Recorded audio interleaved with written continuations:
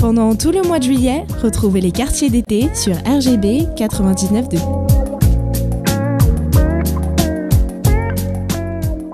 Alors Olivier va nous désannoncer ce qu'on vient d'entendre. Donc c'était David Bowie, l'album Reality. Très bien, on parle dans cette émission, on fait connaissance, plus ample connaissance avec notre invité, Olivier Parence, qui a fondé et qui continue l'aventure de journaliste prospectif au travers de différents outils de prospective justement, Futur Hebdo sur Internet. J'ai vu aussi d'autres aventures. Là, il y a effectivement Futur Hebdo. Qu'est-ce qu'il y a d'autre? Le comptoir de la prospective. Oui, alors le comptoir de la prospective, c'est une entreprise qui me permet en fait de rentrer dans les entreprises. Parce que effectivement, on a jusqu'à présent pas mal parlé du citoyen. J'ai un petit peu évoqué le cas de cette étude que j'ai fait autour de l'enfant pour des industriels. Et effectivement, la prospective a un intérêt pour l'entreprise, pour renouveler le regard qu'elle peut porter sur sa propre activité. Prise dans l'urgence de la rentabilité, prise dans le stress d'une trésorerie qui peut être très, très, très tendue, il peut y avoir un désenchantement, il peut y avoir une perte de l'intérêt des équipes dans son travail. Et la prospective peut permettre de se réapproprier ce présent, de se réapproprier cette fonction de l'entreprise en changeant, comme je le propose depuis le début, en changeant de regard sur notre présent, en proposant des regards qui sont portés depuis un avenir parmi tant d'autres. Et je crois que c'est vraiment... il ne faut pas oublier que l'entreprise, elle fait partie de la société. C'est un des membres de la société, comme on a parlé de la famille, de la ville, donc des associations.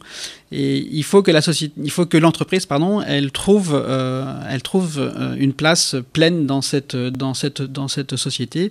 Et en tout cas, c'est pas vraiment le chemin qu'elle prend pour le moment, où elle est plutôt considérée comme un broyeur d'hommes que comme un aideur. Quand on parle de prospective, donc est-ce qu'on peut y associer des mots comme anticipation?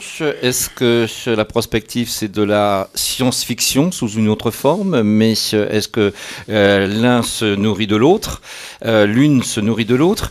Je repense d'ailleurs, c'est un peu la température aussi qui me faisait penser à une expression d'un cinéaste bien connu, Cédric Klapisch, qui, quand on l'interroge sur le futur, il a dit la chose suivante: le futur, c'est comme la météo. C'est ce qu'il y a d'extraordinaire avec la météo, c'est que tous les gens la regardent tous les soirs, donc on est tous concernés, et le lendemain, ce n'est jamais ce qu'on nous a annoncé. Est-ce que c'est un peu ça, une autre forme de définition de la prospective? Alors effectivement, alors là, j'adhère complètement à la citation de Klapisch.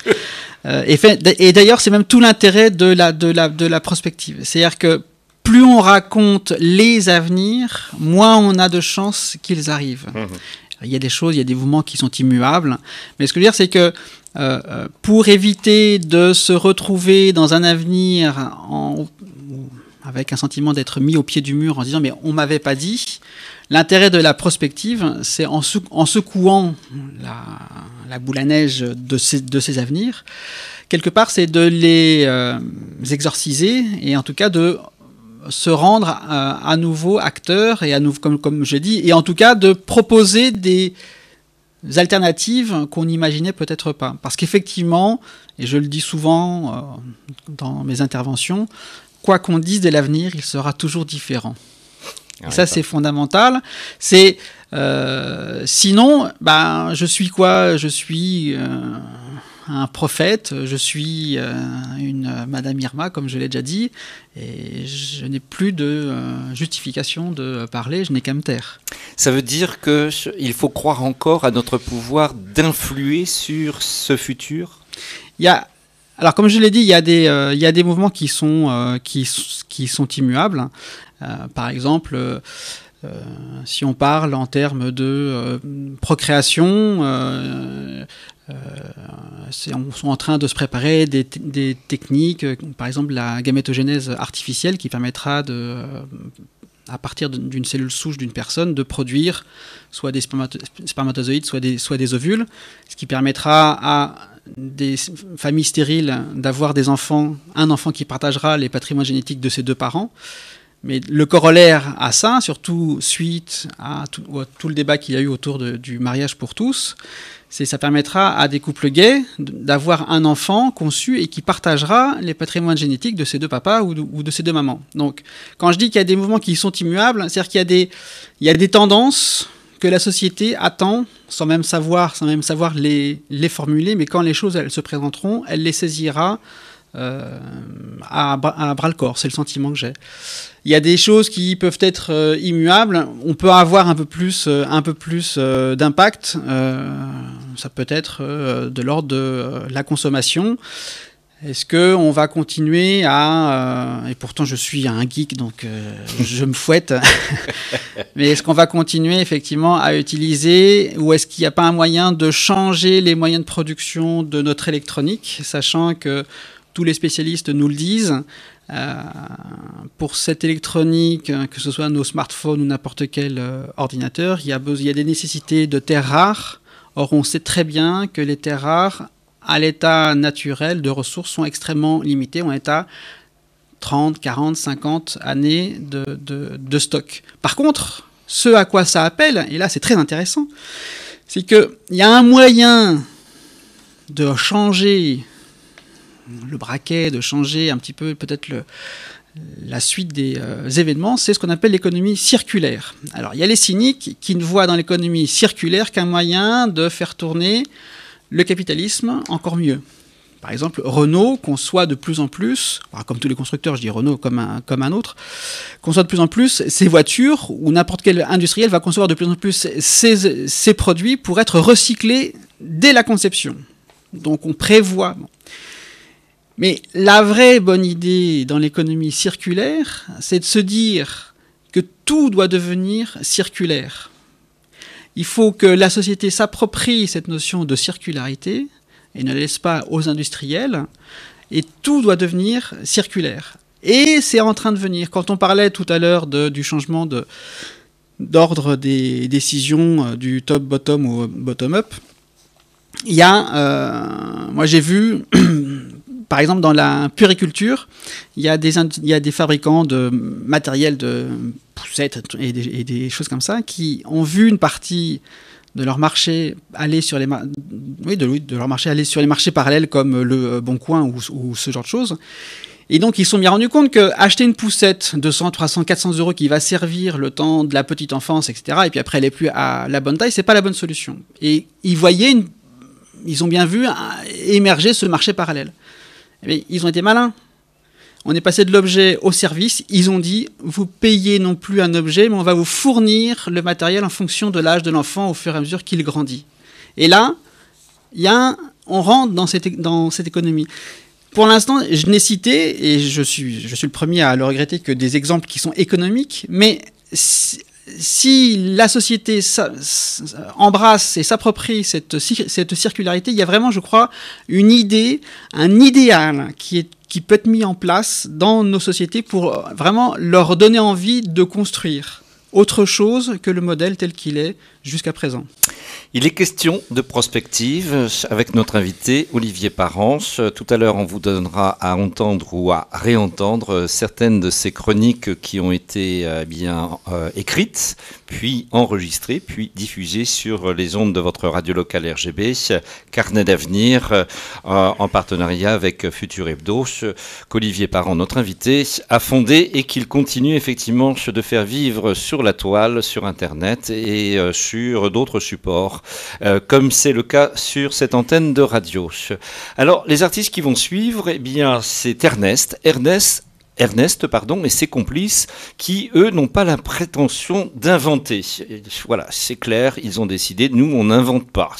C'est sûrement parce que leurs influences majeures sont Andersen et Gainsbourg qu'ils se plaisent à faire cohabiter cynisme et onirisme dans une chanson française d'autrefois remise au goût du jour. Un vieux banjo, un piano désaccordé, quelques instruments de bois sombre, des percussions, des samples, se sont fait les ambassadeurs d'un bastring groovy, grinçant voire grincheux, mais très raffiné. Preuve en est la chanson qui va suivre avec les vieux fantômes. Ernest, précision, information, ils seront parmi les artistes qui seront à l'affiche du festival Le Chant des Moineaux à Pontoise, qui va commencer en ce mois de juillet 2015. La première date, c'est le jeudi 23 juillet, et tous les jeudis qui vont suivre jusqu'au 20 août sur la place des Moineaux à Pontoise. C'est un moment très festif, ambiance estivale assurée dans un cadre superbe, concert en plein air avec, parmi les artistes cette année, Ernest, ce conteur musical que vous allez découvrir sans plus tarder. Comment tu vas, mon vieux fantasme? Vieux fantôme, pardonne mes sarcasmes, mais la vie t'est passée sur la peau et ta beauté a les rideaux mi-clos. Maintenant tu te caches sous des rides. Moi vois-tu, je suis toujours aussi vide que quand je t'ai perdu il y a de ça des siècles, ouais, des siècles. Je crois, quand vous dansiez, vous étiez belle, Elisa. Quand vous souriez, vous étiez belle, Elisa. Quand vous jouiez, mon Elisa, vous étiez belle comme dans les contes d'autrefois.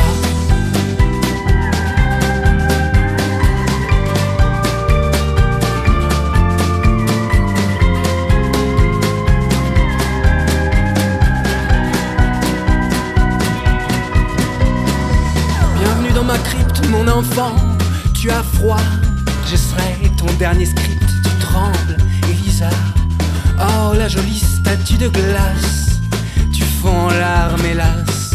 Je n'aurais que vous voyez ta grâce, mais bien tutoyer ton absence. Elle et moi, on s'en est mis, tu penses. Des nuits entières traînent dans la ferraille.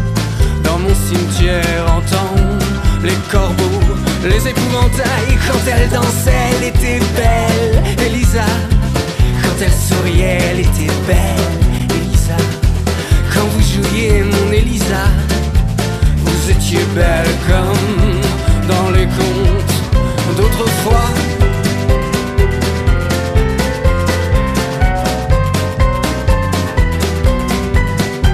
Si je n'étais pas mort 100 fois, Elisa, oserais-je t'enlacer de sang-froid? Va donc voir s'il y a 7 cieux dans l'au-delà.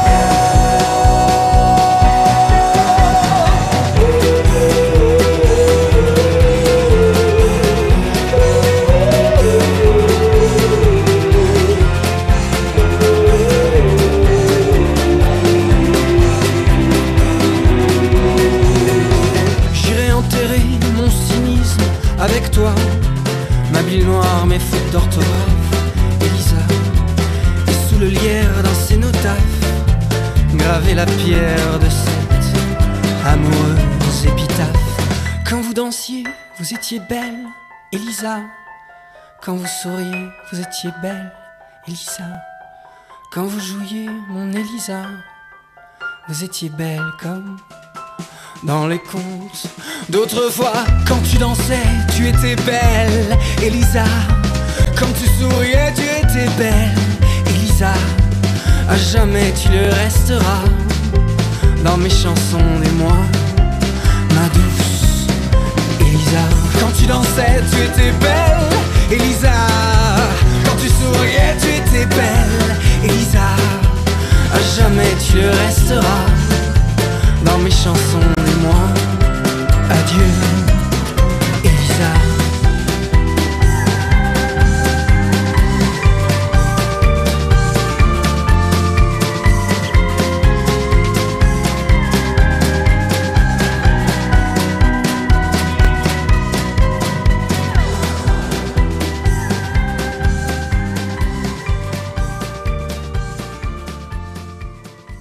Détendez-vous sur RGB, vous êtes dans les quartiers d'été. RGB 99.2. Se détendre, eh bien, c'est l'idée, mais on peut se détendre tout en réfléchissant aussi au passage. Bon, et après, vous pouvez agrémenter cette réflexion, quel que soit l'endroit où vous nous écoutez, comme il vous convient. Juste Ernest, que vous venez d'entendre, c'est l'artiste qui se produira avec ses musiciens à l'affiche du festival Le Chant des Moineaux à Pontoise. Lui, il conclura ce festival le 20 août, le jeudi 20 août.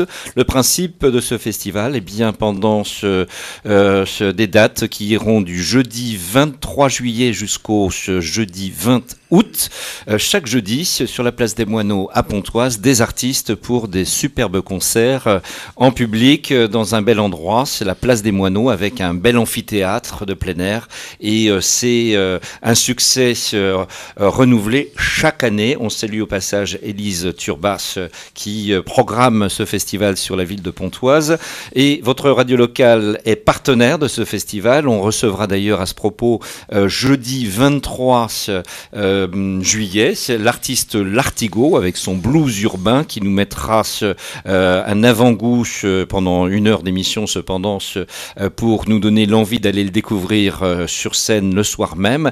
Et d'autres artistes sont programmés à l'affiche de ce festival, les Mazos, Maccabée et Zombie Orchestra, Tango Cachemire, Lise Martins et Ernest pour ceux qui seront de cette édition 2015. Revenons avec notre invité Olivier Parent, Futur Hebdo, Carnet d'avenir. Alors peut-être avant de redévelopper et de poursuivre notre conversation, Olivier, on va demander à Damien de bien nous proposer à l'antenne 2 chroniques, l'une enregistrée par toi, la deuxième enregistrée par moi.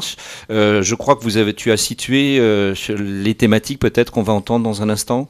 Oui, alors il y en a une qui est un peu d'actualité dans notre pays où on s'interroge beaucoup sur la place de l'islam, elle propose une prospective liée non pas à spécialement notre pays, mais au pèlerinage traditionnel.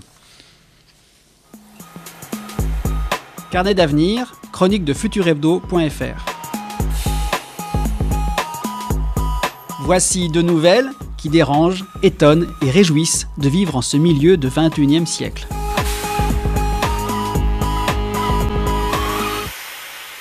Après 60 années de bons et loyaux services auprès de Sa Gracieuse Majesté, aussi bien qu'auprès de la République et du continent, le tunnel sous la Manche ferme ses portes pour les 2 ou 3 prochaines années. Si les problèmes d'étanchéité qui motivent cette fermeture programmée étaient clairement identifiés, cette révision technique étonne par sa durée. Le tunnel se déroule dans la craie bleue de la Manche à une profondeur de 25 à 50 mètres. Sous une 60aine de mètres d'eau, il vieillit comme toutes les infrastructures d'exploitation. Malgré sa stabilité reconnue, la craie a souffert de contraintes imprévisibles au moment de la conception de l'ouvrage. Il s'avère que la Manche est le théâtre de passages de plus en plus fréquents d'icebergs en provenance du Groenland. Malgré la fonte due au réchauffement des eaux européennes, les icebergs restent de taille respectable. Leur poids peut excéder 100 000 tonnes et développer au-dessus du niveau de la mer des falaises de glace hautes de 6 à 10 mètres. À leur approche de la Manche, les colosses finissent par s'enliser dans la vase au fond du détroit. Avec la houle, les icebergs immobilisés frappent sur le plateau de craie bleue comme un bélier colossal, endommageant l'intégrité du tunnel franco-anglais. Il faut donc s'attaquer à un problème plus complexe qu'une simple reprise d'étanchéité. Il faut trouver le moyen de faire que le tunnel résiste aux assauts des icebergs qui, hélas, ne cesseront pas de sitôt. L'Angleterre est à nouveau une île, titrent en gros caractères les journaux populaires anglais. Cette boutade pourrait bien se retourner contre ceux qui la lancent. Profitant de cette fermeture, d'autres travaux sont lancés. À terme, l'antique Eurostar sera remplacé par de nouveaux trains qui circulent sur des rails magnétiques. Les travaux finis, l'Angleterre sera à nouveau connectée au continent. Elle sera même encore plus proche de celui-ci. En train long ne sera plus qu'à 1 heure de Paris et à moins de 2 heures de Berlin.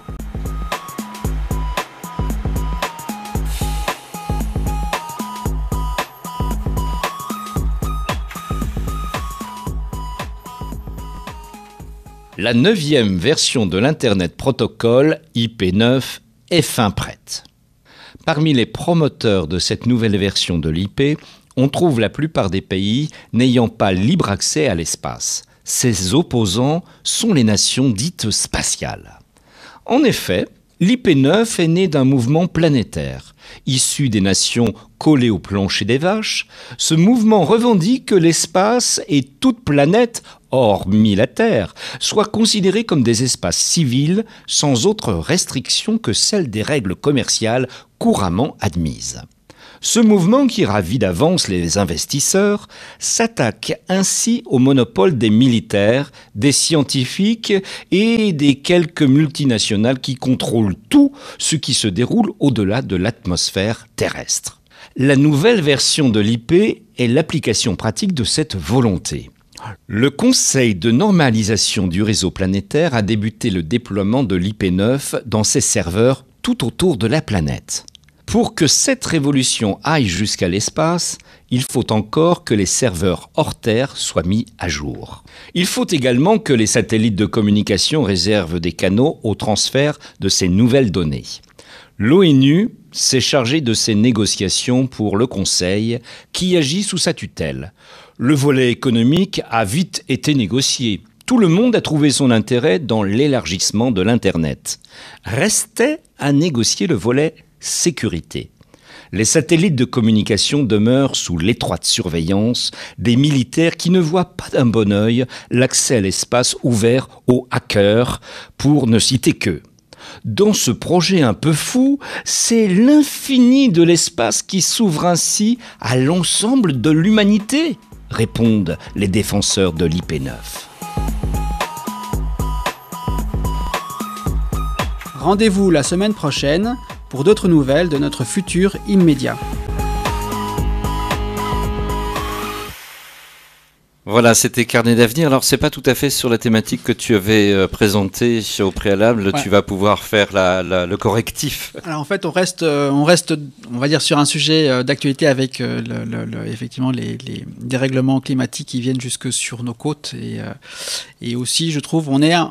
Et même sur la deuxième chronique, cet accès à l'espace qui doit se libérer va dans le sens de cette COP21 où nous sommes citoyens d'un même monde. Et moi, j'aime bien évoquer l'idée qu'on est tous à bord du même vaisseau. Mmh. On a parlé de la science-fiction. La thématique du vaisseau spatial est quelque chose qui fascine un petit peu tous les enfants et tous les petits garçons dont je fais partie. Oui, c'est que moi-même, toujours. Et ce qu'il y a très important, c'est de ramener les choses à des échelles qui soient accessibles. Et il faut comprendre que notre planète, c'est notre vaisseau. Et pour l'instant, on n'a pas trouvé meilleur vaisseau spatial pour porter la vie que la planète. Et quand on a compris ça, tout d'un coup, elle paraît... Alors, on a souvent parlé du village planétaire, etc. Non, c'est notre vaisseau. On n'a pas trouvé d'autres technologies pour porter la vie que ce vaisseau spatial qui est extraordinaire. Et donc, il faut s'intéresser à ce vaisseau. Et sur la thématique... Alors, je reviens un petit peu sur la thématique, effectivement, de la science-fiction. Tu as posé tout à l'heure la question où se situe la prospective entre science-fiction, anticipation. Bon. La science-fiction, je crois que tout le monde entend bien ce que c'est. C'est une thématique de littérature, cinéma, bande dessinée, dessin animé, etc. L'anticipation est un sous-groupe de la science-fiction dans la mesure où on va enlever toute notion de fantastique, d'extraterrestre, pour vraiment s'intéresser à l'avenir de l'homme. Ce sont des auteurs comme Frank Herbert, par exemple, ou... Dans une certaine mesure, Philippe K. Dick ou bien sûr Isaac Asimov pour ne parler que d'auteurs américains. Il y a Serge Lehmann comme auteur français. Et la prospective, elle, quelque part, elle peut se nourrir et elle va se nourrir des idées que la science-fiction va proposer.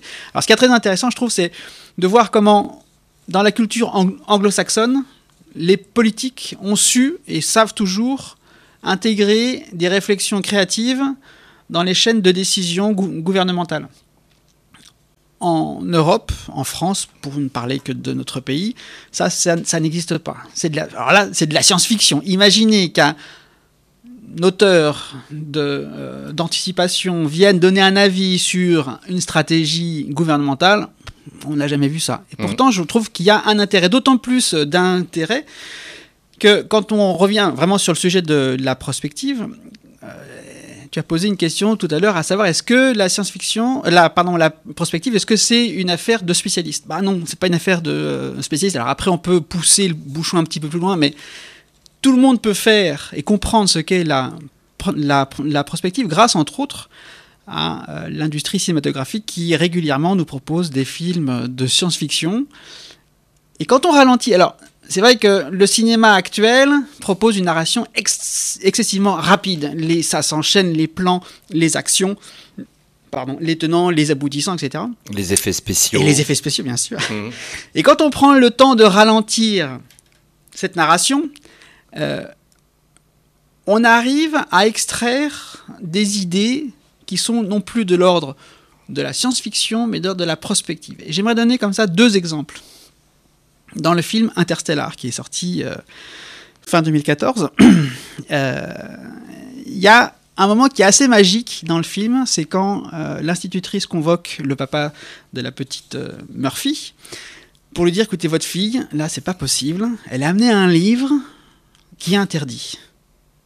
Ah bon, comment ça est interdit ? Bon, en fait, qu'est-ce que dit le livre ? Le livre, comme toute la famille de Cooper a les yeux tournés vers les étoiles, le livre raconte la conquête de la Lune par les missions Apollo. Or, dans cet avenir, l'humanité qui a besoin de rassembler toutes ses énergies et tous ses moyens pour se sauver elle-même d'une mort en manque d'alimentation et d'oxygène, a émis le mensonge d'État que la conquête spatiale n'était qu'un mensonge et n'a jamais eu lieu. Elle n'avait d'intérêt que de faire fléchir l'ex-URSS en l'entraînant dans des dépenses dispendieuses. Donc, on se dit, tiens, c'est bizarre. Ah bah ça c'est bizarre. C'est-à-dire qu'on est dans un État qui s'est autorisé un mensonge. Et là où on rentre dans la prospective, c'est que quand on regarde notre propre société, on se dit mais comment est-ce qu'on peut arriver à ça ? Quand on regarde notre société, qui de plus en plus dépend de médias numériques, donc dématérialisés, qui souvent ne dépend que d'un canal de connaissances, Wikipédia pour ne pas le citer. Et on se retrouve dans une situation où, par exemple, sur l'ordre de l'intellect, on se prive ne serait-ce que de la distance historique entre une information qui est donnée à une date et l'instant où on relit cette information. Il y a une expérience que tout le monde peut faire, c'est de prendre un vieux dico et d'aller voir les définitions des mots qui sont les mots de notre quotidien. Et là, on est frappé parce que tout d'un coup, il y a des notions, il y a des idées qu'on se dit, mais comment est-ce qu'on a pu écrire ça ? Et tout l'intérêt, c'est effectivement de se poser cette question pour voir la distance qui a été parcourue entre le moment de l'écriture et le moment de la lecture. Or, il y a une évolution nécessaire. Or, le problème, c'est que quand on passe sur un média numérique qui est en permanence mis à jour, eh bien, l'idée reste dans le mainstream, c'est-à-dire dans le flow de la bien-pensance de l'instant. Et on perd ça. Et on perd cette distance. Un autre exemple, à la fin, alors un peu plus pragmatique, à la fin, on est dans la station orbitale qui miraculeusement retrouve Cooper en orbite autour de Saturne. Et il se réveille dans un hôpital, il regarde par la fenêtre, on voit les enfants qui jouent au foot ou au baseball, et il y a la balle qui vole et qui passe l'axe de rotation du cylindre et pour aller casser une vitre au-dessus d'eux. Et alors, c'est très intéressant parce que ça permet aux gens de s'imaginer qu'est-ce qu'un jour pourrait être la vie hors Terre.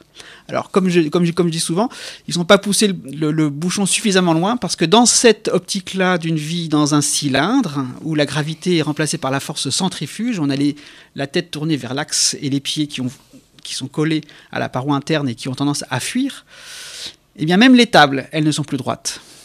Parce que si vous mettez une table plate dans un cylindre, le point d'équilibre il est au centre de la table et chaque point va être un peu plus loin de l'axe de rotation, donc la force centrifuge va être un peu plus forte. Donc il faut que les tables elles aussi soient curvilignes. Ce qui veut dire que si un jour il y a des enfants qui naîtront dans ces stations, quand ils se retrouveront à nouveau sur une planète, ils auront à réapprendre à vivre sur un monde plat. Olivier Parent, notre invité pour cette émission aujourd'hui, Futur Hebdo, Carnet d'avenir, comme on a pu l'entendre il y a encore quelques minutes, une série de chroniques qui vont se poursuivre sur l'antenne de RGB, qui ont trouvé leur place, et ça nous fait évidemment plaisir de prendre un temps d'arrêt pour parler plus librement, plus largement de ce qu'est la prospective. On a bien compris que ça ne doit pas être l'affaire de spécialistes, que pour qu'il y ait une vraie prospective finalement, pour se projeter sur le futur, notre futur commun, eh bien c'est l'affaire de tous et non pas seulement de certains. On va poursuivre. Tu as choisi dans ta programmation musicale un deuxième choix à nous faire. Oui, tout à fait. C'est Tori Amos qui nous chante Crucify. Sur RGB.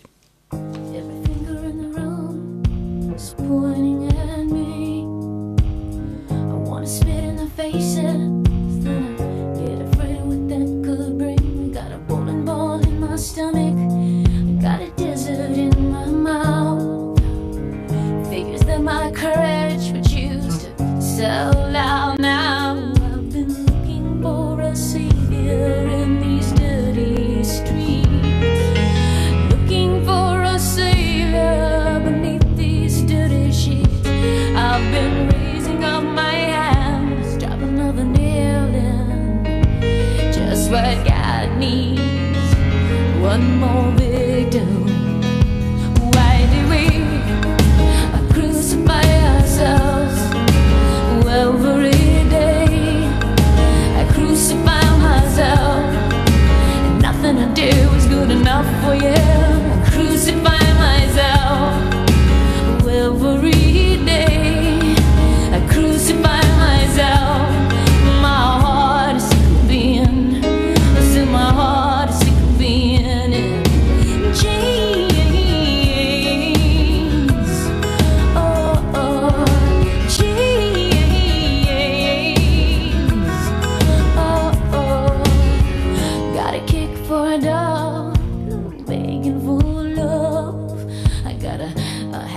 Suffering so that I can have my cross. I know a cat named Easter. He says, will you ever learn?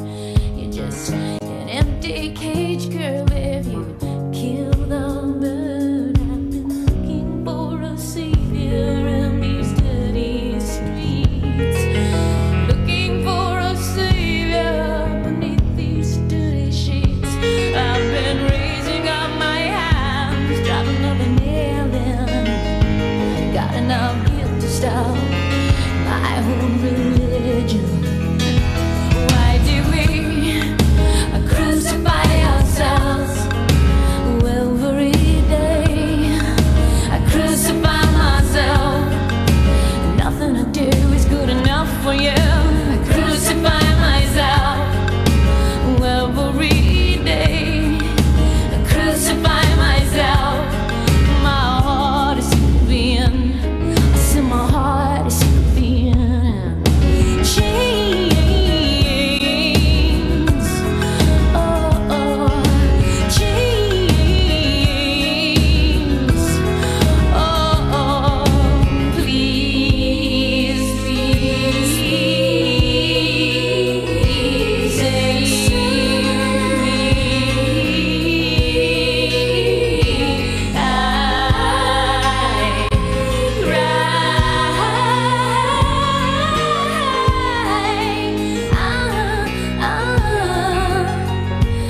Looking for a savior in these dirty streets, looking for a savior beneath these dirty sheets.